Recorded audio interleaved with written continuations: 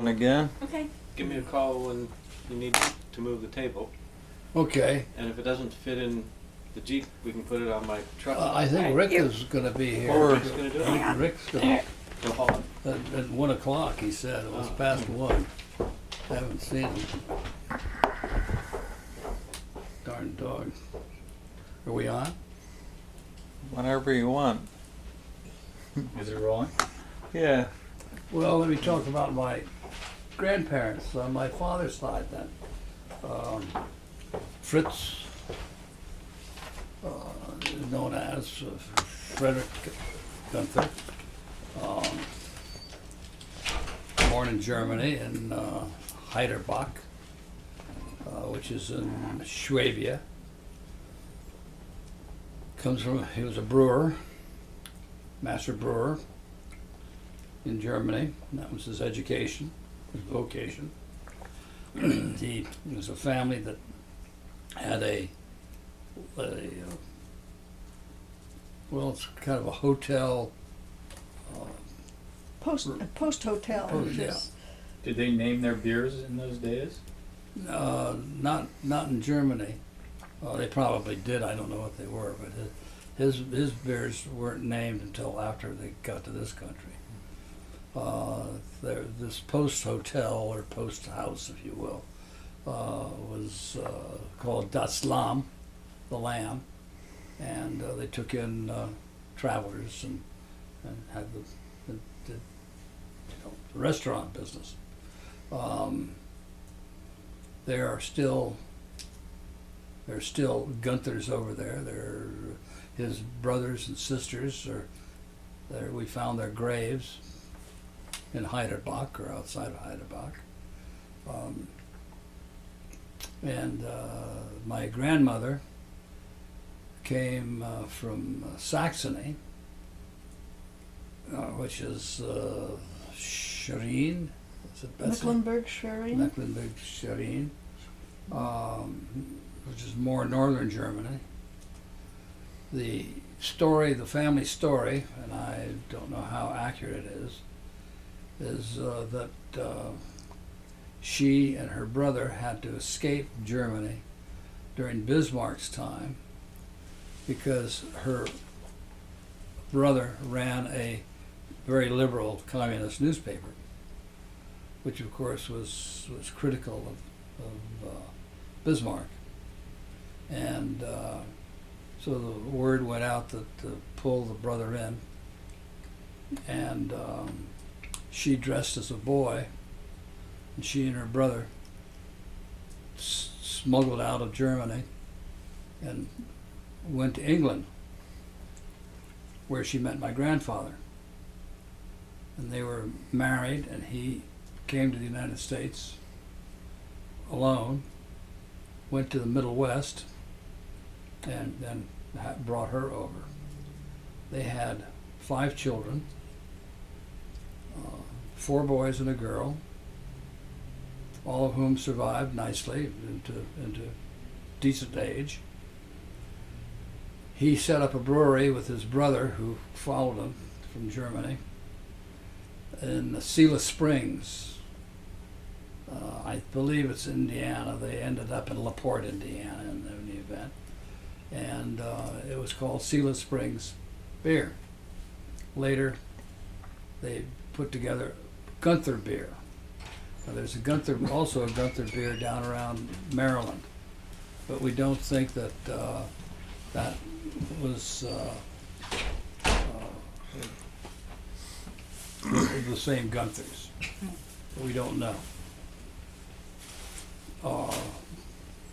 They moved. When Prohibition came along, my grandfather closed up the beer business, and they moved to Astoria, Oregon, and lived there for quite a while. Their house is, as is my mother's house in Portland, now on the register as historical buildings. He also owned the Astoria Hotel. Another family story is that after he'd moved from Astoria to Seattle, he put a couple in charge of the hotel. Another story is that the couple bought the hotel, but in any event, the hotel was converted into a bawdy house, and my grandfather gave it away because he didn't want to be affiliated with a bawdy house. So he didn't sell it, he just abandoned it, gave it away, and that the couple who were either tenants or had bought it from my grandfather were complete owners, and that was that. He was a very decent man. He owned farms and things like that he rented to tenants. During the Depression, when they couldn't pay the rent, he would forgive them the rent. In many cases would help them out. But he was very close with his money. He was not generous with his money, but he was generous in other ways. He gave me my first bicycle when I was living in Montclair. I can remember it. I kept that bike for years. It cost $10. It was quite a bike. So that covers that side of the family. Is that the same grandfather you're shown with at the beach? Yes. In Oregon? Yeah, in Oregon. Yeah, it was funny. My maternal grandfather was a prohibitionist. My paternal grandfather was a brewer. They got along fine. And we took one summer, my parents rented a house on Seaside, Oregon. And both grandfathers were there. My father's father had a case of beer in the back of his car and drank out of that. I can remember my grandfather going to a beauty contest, bathing beauty contest there, and taking binoculars with him. It was really a character, but a very good man, very good man. My grandmother was a typical woman of that day. She wore lisle stockings and gumboots and dresses down to the floor. She was a nice woman, very nice woman. But in those days, it was the male, it was the peacock. It wasn't the female. But but she loved her sons, and they were devoted to her. And during Prohibition, my Uncle Stuart, one of my father's brothers, made Applejack, and he put it together. He'd gotten the distilled water and it wasn't Applejack. I'm sorry, Raisin Jack, and he got the raisins and so on, and started with the fermentation and put them down. He was living at home at the time, and his parents' home, and so he was down in the basement distilling the Raisin Jack. And Who would do such a thing in their parents' basement? I'm really yes, shocked. we will get that. We'll get that to that later. Oh, that's the next The chapter. members of my family Yeah. would And see they, such he deaths. carefully distilled this booze down there. He got his friend when it was time to uncork it. He had his friends down there. They were all down there, and they uncorked it, and they found out it was water. My grandfather, who had his stash behind a padlocked door, had been coming down and tapping into my uncle's Raisin Jack. And my grandfather's retort to my uncle, who was berating him, said, "Well, you damn fool, you left it out there. You deserve it." And then wasn't there a similar episode with a bottle of? Oh, Napoleon brandy? Yeah, what's the story? Of that? Yeah, well, a friend of my father's, Brayton Wilbur, came back from Europe with a bottle of Napoleon brandy. It was actually brandy that had been bottled during Napoleon's time.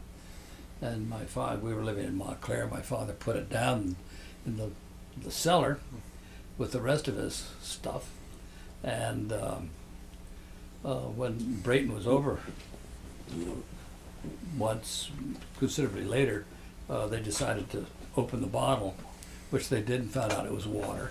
We'd had a black maid who had a yen for booze, and she was down there in my father's liquor closet. She drained the bottle of Napoleon brandy, replaced it with water. And that's the story, and they're sticking to it, Yeah, huh? that's what they are. Yeah. Well, when we were living in Europe, my grandfather was over visiting, and so my father gave him $10,000, which was a lot of money in those days, to invest for him when he got back to the States. So my father kept waiting for receipts or acknowledgement or whatever, and finally he wrote to my grandfather and said, "Hey, what happened to my $10,000?" And my grandfather said, "Well, you damn fool, you gave me $10,000. You didn't get a receipt. You didn't get anything for it. It's my money. It's not yours. You got to learn. You got to learn to." Okay. German? Yeah. So anyway.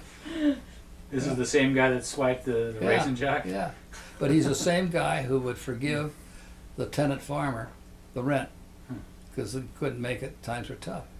Wouldn't send him off the farm and let him live there. So, but he was a very interesting guy. But my father inherited his almost depressing honesty. Dad was the only people he wanted to cheat was the U.S. government. There was this.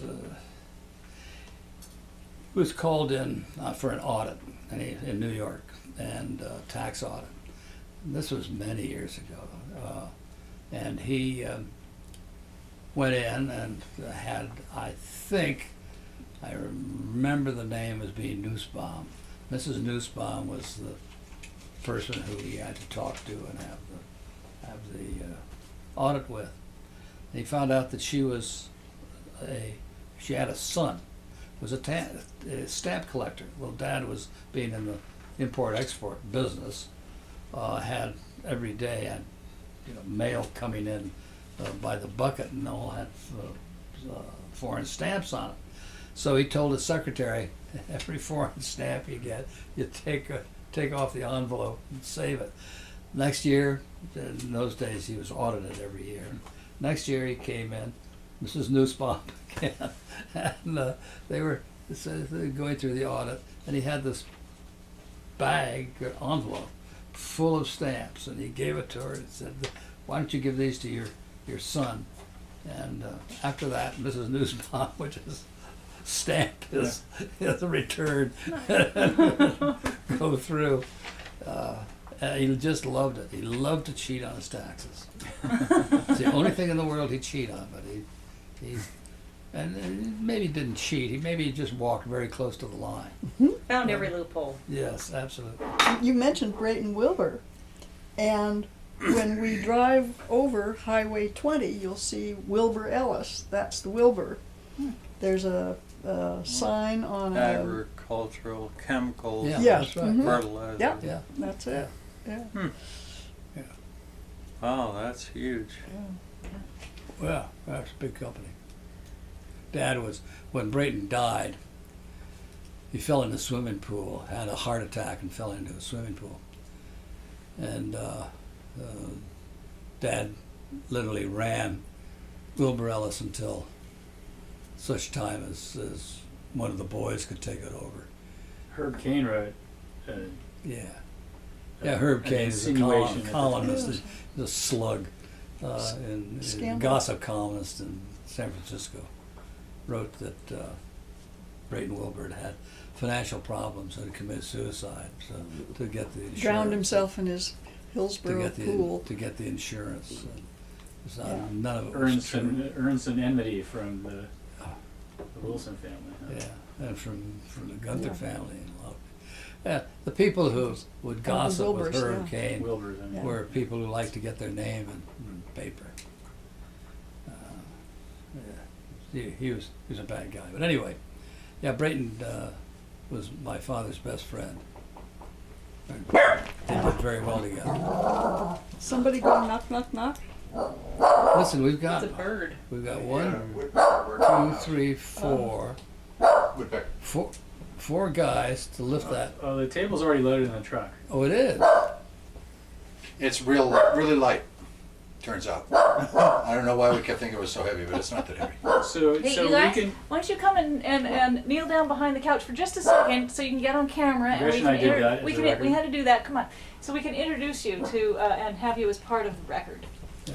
You Come on, too, Rick. Rick. Yeah. You too, Rick. Yeah, Yeah. part of the and family. just go on You have to go on kneel down on down. your knees. Like it or not, you're part of the family. Yeah. And while you're there, pray. This is Forrest Allison, and and then scoot over a little, Rick, this way. And this is Rick Allison, his dad.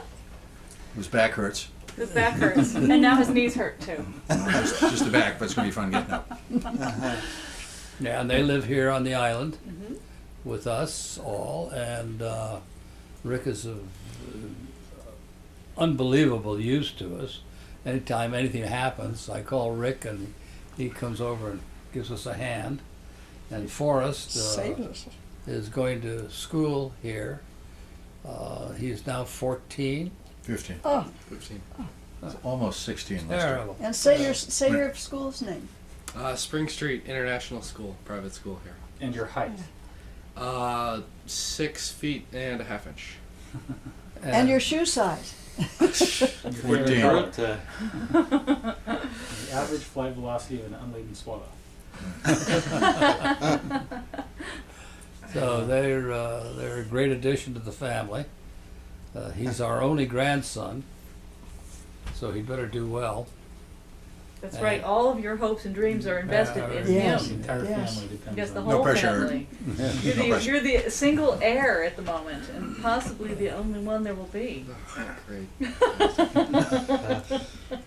Yeah, that's right.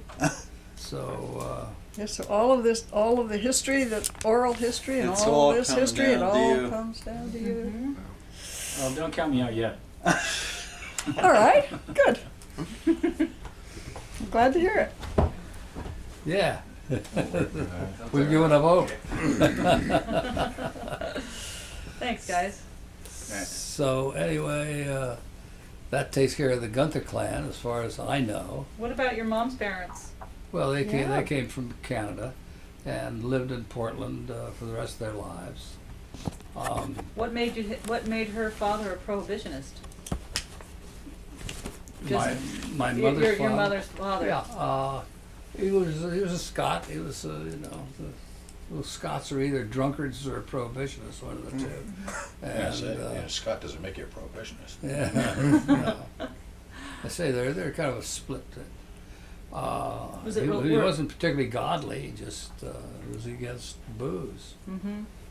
and he was actually on the.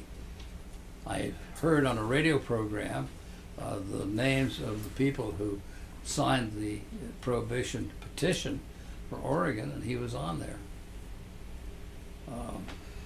He wasn't my favorite grandfather, but then he didn't buy me a bicycle like the other one did. So he didn't play it right. And what about your mother's mother? Do you know anything about her? My mother's mother, yeah, Hattie. She was. Oh, how that's Hattie. Yeah, and she was, as my other grandmother was, a female of her day. Mhm. Took care of the house and the kids and so on. None of them worked as a job, but they worked like crazy, nevertheless. It was a tough job. We didn't have all the mod cons that you have today, refrigerators and vacuum cleaners, all the equipment that makes housekeeping less onerous today. They're good women. She died finally of arterial sclerosis. My one grandfather was killed. My paternal grandfather was killed by a cable car or trolley car in Seattle In because Seattle. he was deaf and they were clanging their bell and he didn't hear it, so they ran over him. My paternal grandfather, not sure, I remember when he died, I'm not sure what it was, just old age. So that takes care of my bloodline. Now it's your turn, or should we move the table? I just need, if Eric wants to follow me down with another car, we're done. He'll be back here in a half an hour. How's that? It couldn't be easier. Okay. Just not why they, Alright, I'll see you why they Thursday. moved. Well, my grandmother, Get squared away. grandmother was Williams. Oh, we're not. Huh. Oh, it is not. Oh, really? She was a Williams and Welsh. My grandfather was Scott Wilson, and she was Williams. Well, I understand we're Welsh. And she had some relatives over here, but my memory of them is very faint. Yeah, they're part of the great immigration Sure. Just save me of the time. early 20th century. We might be able to find out more about them through the Breeze, Mormons. probably get keys out. Might be able to. I can take the Jeep, okay? Sure. See You want me to go Bye. along? Right. Huh? You want me to go along? You just want the table and the boat, right? Yeah, I don't think you need to go. okay. It doesn't weigh anything. I don't know why it would seem so heavy the last time. Probably because we were bashing our fingers. But it's not that bad. We'll just put it Okay. on the cart Are the with legs that down there? Yeah, the legs are there. Legs? Yeah, okay, Good. thanks, guys. Thank you. All right. Bye. He'll be back in half an hour or so. Okay. All right. So when we get out of here. Eric, do you have your gloves and everything? Pardon? Does Eric have his gloves and everything? They're on the We don't need gloves. on the hall table. We don't need Chris, those. what are you waiting for? Let's We go. don't need no stinking gloves. See you later. Okay. Still on? Yeah. This most recent, I don't know what you call it, this event, they're gonna put a table back onto our boat. That was taken off the boat was just, it's a 55-foot yacht built in 1932 by Stevens Brothers in Stockton, California. And we just spent a king's ransom in having it completely rebuilt, redone. And the end of the whole operation is putting the table back on it. The table is rather large and rather heavy. So we recruited the strong men to do the job. They just left. And I assume we'll be back later. Betsy, tell me more about your childhood. Don't leave out the Rose Festival Princess part. Gosh, that's the I'm married to the most modest Bell- woman in the world. bell ringer. Maybe I should just interject here and say that I first saw Betsy. It's not the first time I saw her, but I saw her in full bloom when she was about 16 and walking down the stairs at their house in Portland from upstairs, and she was wearing a dress ensemble which had been given to her by her Aunt Mary. And it was, if I remember correctly, Betsy, it was a flared skirt, red velvet, and a black bare midriff sweater. yes. And And- stiff neck and Yes. 3/4 length sleeves. And I was shot. That was it. The arrow went in one eye and out the back of my head, and that was it. Now you were dating her, Hey, her friend. sister Carol at the time? No, this was Was no, after. no, this was after. So you were dating Carol. No, I wasn't. She'd No. been married. Oh, all right. You go, but I wanted to make sure that got into the family history because it was quite an event for me. Apparently. Yay, Aunt Mary. Mary Thayer Muller.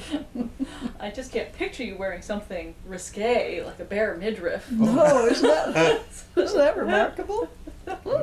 She was spectacular. Man. Did she have long hair or short hair? Yeah. Mm-hmm. Did I have hair at all? Oh, yeah. Were you noticing?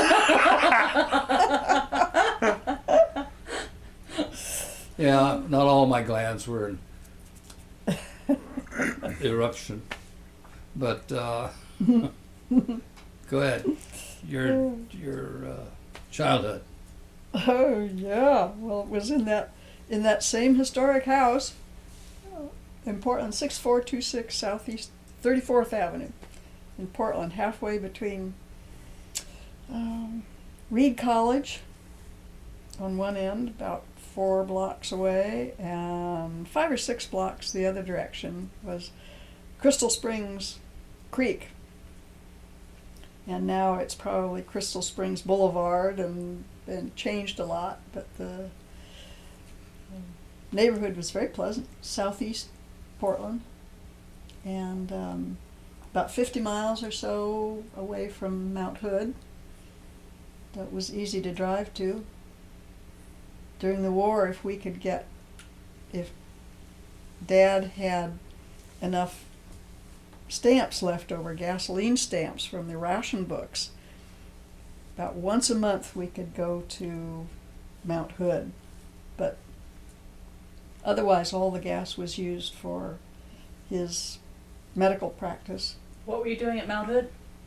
We'd go skiing at, not up at the top, which was Multiple. Timberline Lodge. It was a lodge lower down and had a rope tow. And the way you got up to the top of a hill was to grab a hold of an icy line that was on a loop from the top of the hill to the bottom. So you had to pick it up because it had sagged and hang on to it, and then it would drag you up the hill, and you'd let go of it, and turn around and come back down. And Carol, older sister, once saw an apparition, like a snowman, like somebody who's out of mythology, Like Bigfoot or but something? like a Bigfoot. Mm-hmm. And she came into the lodge and told us about it. Hmm. And in those days in skiing, there weren't any hard edges on skis, and skis were very long. They were measured by standing up, and you put your hand up as high as you could and cupped your fingers, and the ski ought to be the length from the ground up to that cupped hand. Wow, those are long. And they were wooden, and when you were through skiing for the day, you'd take your skis into the entrance to the lodge, which was a ski room, and you'd melt slightly heated a block of ski wax and rub it on the bottom of your skis, and it smelled just like Lapsang Souchong tea does, that smoky flavor. Creosote. That smoky. Oh, it was creosote. Yeah. Mm-hmm. Oh. So Yeah. so black creosote? It was a wax, but it had creosote in it. Uh-huh. Smelled like creosote. Uh-huh. And so does Lapsang Souchong. Mm-hmm. Yeah. But that was fun, but it took some strength to do any skiing because you had to be able to heft that rope Yeah. and get pulled up. Or else you went up with, what did they call that pattern? Like the pizza step, or that's what they Yeah. call it now. Yeah, the V. Mm-hmm. Anyway, you had to Mm-hmm. hike up, and Mm. turn around, slide back down. Hike up, slide back down. And you had summers also at Mount St. Helens, didn't you? Spend time there at the lake? Once we went to, would have been summer vacation, and my dad always took the family on a week or 2 weeks of summer vacation, and we would go to mountains or down to the beach, and they were they were good things to do. They were very memorable 2 weeks in the midst of a otherwise very prosaic time. There wasn't anything special doing, but that summer vacation really stood out. We went to Dude Ranch in Washington and up to Mount Hood and over to Elk Lake in Oregon, eastern Oregon. Went there several times. And there was a telephone at the small lodge, and it was on the outside wall of the building. That was the only phone in the area. And Coca-Colas and other drinks were in an ice chest on the porch of the lodge. And what we would do for fun was trot the worms. My dad was fishing.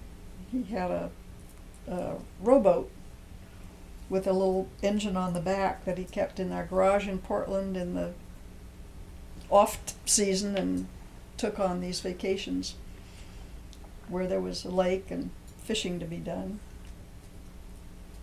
And those were good times. We'd read, take turns reading chapters in books. Mark Twain and others. When you So were a kid, Yeah. though, when you were a little girl, Mm-hmm. we got some great pictures of you with Roddy McDowell and your little knobby knees sticking out and so on. You ought to go into that. Yeah. I always wanted to be an actress, and I loved costumes.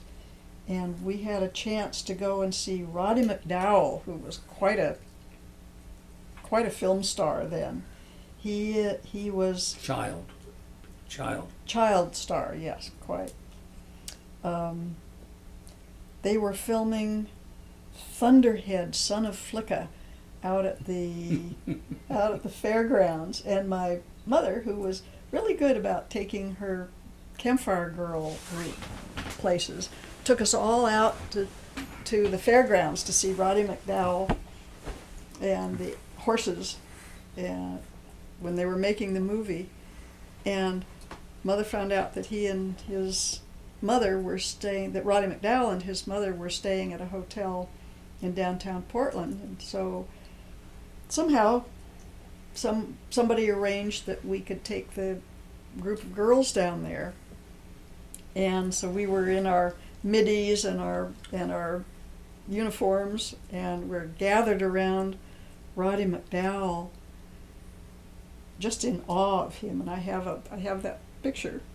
And they're people I knew and were friends with in grade school and high school, and still know a couple of them. Scruffy looking bunch.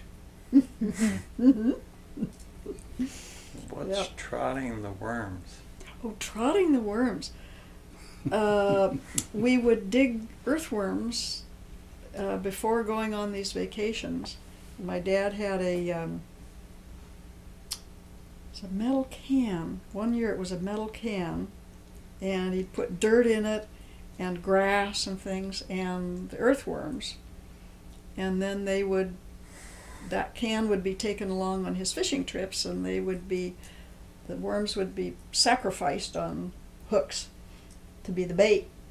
And then he would cast out into a lake or a stream, and the fish would bite on the worms. Well, the worms needed to be trotted. They needed to be, his term, needed to be gotten out and new bedding put in, and any defunct worms taken away, and they needed aeration and so on.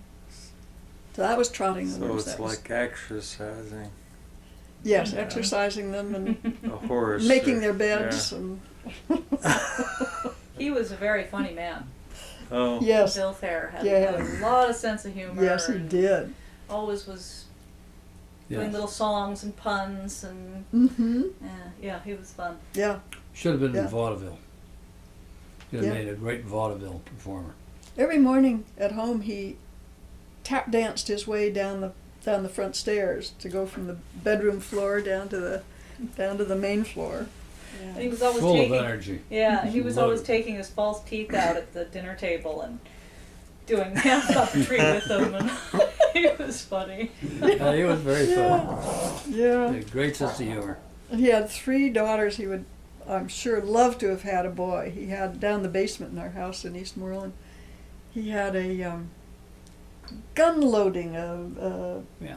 shop and a place where he could work on the stocks of guns and working the wood. And he would load his own buckshot shells.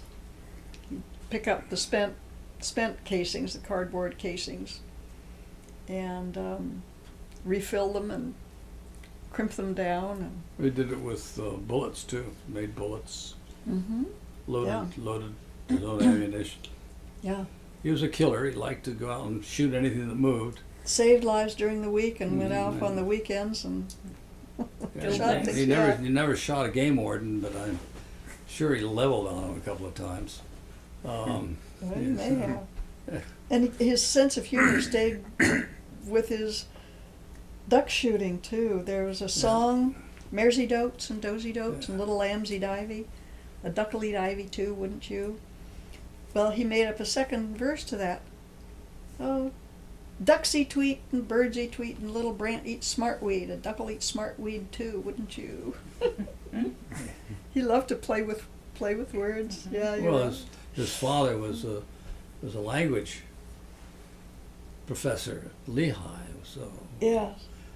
strange that my brother-in-law should graduated from Lehigh. Your grandfather was on the faculty there. Mm-hmm. I've never even seen the school. Yeah. And what did your mother think of Bill's shenanigans? Was she amused by them? I think so. They both had a good time. I have a couple of pictures of them.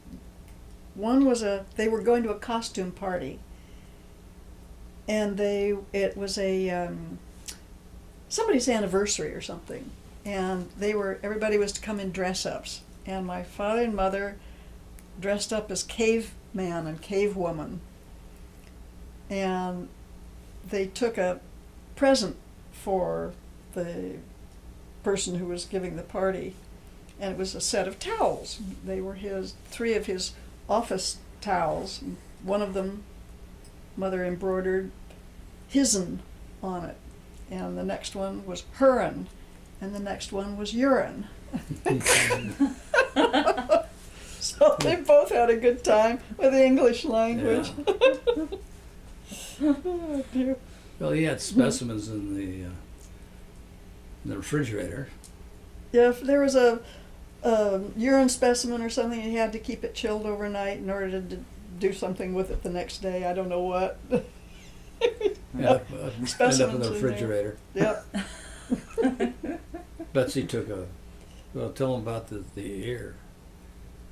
Oh, when I was in high school, we had little clubs we called sororities, and this sorority was a one that had students from different places in Portland. And we were at somebody's house, and we were being inducted into the secret sorority, and we had to do 2 things. We had to do something to make the people assembled laugh, and something to make them cry, and do something to shock them. And the shock I took was so appallingly shocking. They didn't like it. They were utterly shocked, and it was a jar with 2 human ears in it. in an alcohol solution or something. That isn't real, is it? That isn't real. They really didn't want it to be. Oh dear. Did you get in the club anyway? Mm-hmm. Oh yeah. Yep. Give me Yeah. a background on the club. Oh well, I think that club was Wiki, It was. and Wiki is the Quick, club. The club fast. I joined means quick in Hawaiian, and as one of our initiation ceremony things, we had to learn the names of the girls who had started the Wiki Wiki Club. And it wasn't until years later that I found out that Lester's mother and his aunt had originated Wiki. His aunt lived in Hawaii, and his mother still lived in Portland, and they would always write on the backs of the envelopes when they were writing back and forth, "Send this Wiki Wiki, send this quickly," Uh-huh. because it all had to go by ship. Uh-huh. The mail did at the time. And isn't that just That's amazing. amazing? Yeah. Ended up with the same sorority. And it ended up that the same sorority was one that I was president of in my senior year at Washington High School in Portland. And the school district decided that they didn't want girls to have, and maybe boys too, to have clubs that didn't have a representative of the school and weren't on school time. They were, for some reason, very chary, very worried about our having clubs. So they took us to court. Populism. And they took us to court, and there was a judge, and some of us went down there and testified and told them what we did. And the opposing counsel, the ones who were in favor of not allowing any of the girls to have clubs, they tried to get me to say that my parents were wealthy, that they belonged to clubs, that they did so and so. They had to ask it so that they sounded benign. Mm-hmm. Their intention wasn't benign, but they said, "Now, does your mother belong to any club?" I said, "Yes. Yep, she does. It's a book club." And so they didn't get anywhere with that. Well, do they do something else? And I said, yes, they have people over for dinner. And I think once a year there's something that the medical group does. They have a dinner or dancing or something, but I don't know. They just couldn't make them be, wealthy, with a hierarchy, yes, exclusionary. They just didn't get much out of that. What was the outcome of the trial? Did you have to disband the club? Yep. Yeah. So I was the last of the Wiki presidents, and Les's mother and aunt were the originators. Mm-hmm. And then you joined the same sorority as my mother had when you got to Kappa? Kappa. Kappa Gamma? Yeah. Yeah. Were there other sororities happening at the same time, or was yours the only one? No, there were others. What was the reasoning behind? I can make an assumption that it is because it's exclusionary to have clubs that keep people out. That's the way they felt about it. And But we would, ask somebody to join the club, and the meetings would be, I don't know, twice a month, maybe, something like that. And they would be at somebody's house, and there would be a parent there, and, sometimes the boys' sorority would be entertained. We'd make dessert or something, but mostly it was a girls' club. Mm-hmm. And the school didn't want us to have meetings at houses. They wanted it because we were all in school. I guess they thought they could prevent our doing something else. So much for the liberty. Mm-hmm. So much for liberty. It's been the trend all my life in this country, is slow erosion of individual liberty, along with the slow erosion of expectation of taking care of yourself, self-responsibility. Mm-hmm. It's been the last, we went, when I was a kid, you fell down, you fell down. Nobody sued anybody. There was no such thing as malpractice. Everybody was expected to take care of themselves and assume the responsibility for themselves. But we didn't have huge numbers of people depending on the government or others for their own welfare. Everybody took care of their own. It was, will grant you a tough system, and perhaps not workable with the number of people we have now in this country. But it was an entirely different view of responsibility, and which I think was better than what we have. It was very intrusive. Well, everybody has to have an excuse now. If somebody commits a crime, it's for some reason not really their fault, something else. He's depraved on account of he's deprived. Yes. The Twinkies. The trial. Twinkies defense, yes. Defense murdered 2 people because he was eating too much junk food, and that would have been laughed out of court when I was young. Yeah, But- Mayor Moscone, Yeah, who was shot dead in San Francisco. San Harvey Francisco. Milk, and yeah. Mhm. So I think a anyway. movie has come out recently. Mhm. Milk? Milk. Yeah. Did you see it? No, not I yet. didn't either. It's getting good reviews. Is it? Mm-hmm. Uh-huh. Yeah. Let's see, on your childhood. Yeah. You were. Oh, I loved costumes. I loved horses, riding horses on the other side of the river. Mother would take me up there and wait and take me back home. And long I suffering. loved costumes. I had a chest up in the attic with dresses in it and a cabinet, one of those big luggage. We still have it down in the basement Yep. here. It's has Steamer trunk. steamer trunk, drawers on one side and hanging on the other, and I had my mother's flapper dress in there and something of my grandmother's in there, and loved playing dress ups, and we girls would go up in the attic and dress up. She still does.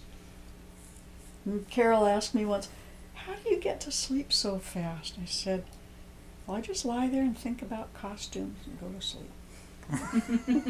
I don't think it worked for Carol.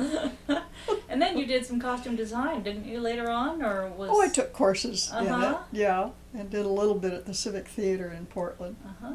Now no longer there. Oh, that's too bad. Yeah, it is. But it was a good place to go after school. I could go on the trolley and be in plays, and yeah, And then you got into radio too, right? did a little radio in Portland. Uh-huh. Was Yeah. that at the same time? The radio was a little earlier, I think, and then I had a program over at Benson High School, which was the boys' high school for technology, which was walking distance, as I remember, from Washington High School. And I could go over and do announcing. And one time I was announcing the title of a classical piece, and I said that one of the instruments was a bass. B-A-S-S. I got a telephone call on that one. My father was a fisherman, I knew. B-A-S-S was. Every year in Portland, they have what they call the Rose Festival. Roses grow very amply and well in Portland, and They have a big Yeah. rosarians and rose Yeah, garden up yeah. in by the zoo. Yeah. Yeah. In any event, this is something dreamed up undoubtedly by the Chamber of Commerce years and years ago. And pretty girls are always high on any agenda for festivals. So Each They high, would- each yeah, high school had yeah. its own Yeah, you tell it. they elected, and I have no idea how the choosing was made. It wasn't a school vote or anything, at least at Washington High. But anyway, I was picked for Rose Festival Princess from Washington the year 51. Yeah, Yeah, and 1951. Betsy was And- chosen to be Rose Festival Princess, one of several. Yeah, I they- think there were 7 schools, 7 high schools. And then there. one was chosen to be queen, Mm-hmm. and that year they chose a girl by the name of Gloria Krieger, Yes. who was not nearly as good looking, but she could sing. And she became Rose Festival Queen, and Mhm. Betsy was Princess. And Yep. Betsy was far prettier than any of the rest of them. If Great Bosoms won prizes, anyway. You were pre-sold. Yeah. In any event, she was a Rose Festival Princess. And the nice thing about that was that it was an introduction to other things. Because your name was known or recognized somewhat, and I can remember getting mail just to Princess Betsy, no address, no nothing, and it would get there. So, but in college, the next year, I was lucky to have a choice of places to live and sororities who wanted me, as they did the other princesses too. So Mhm. it just started you up with a little Leg up. little leg up. Mhm. Yeah, that's what it was good for. Mm-hmm. That and catching a husband. And But- fun, just Yeah. general fun, I would Mhm. imagine. Yeah. So did you ride around on a float? Rode on a float, waving. And we had ski outfits. We went up to Mount Hood, and the Rosarians gave us ski clothes and Compliments of Jensen. Hmm? Compliments of Jansen's. oh yes, Jansen bathing suits. Yeah. Yeah. Mm-hmm. Yeah. Did you have flocks of boys following your group around? Not that I remember. No, it was pretty individual, except for the Mount Hood sticks out. Yeah, it's a big deal in Portland. Oops. Is that it? Hello? Hello, Carol Hemphill. I'll take- We're yeah, do you wanna- fine. I'll We're take it in my office. Les is going to go and get on another phone so he can talk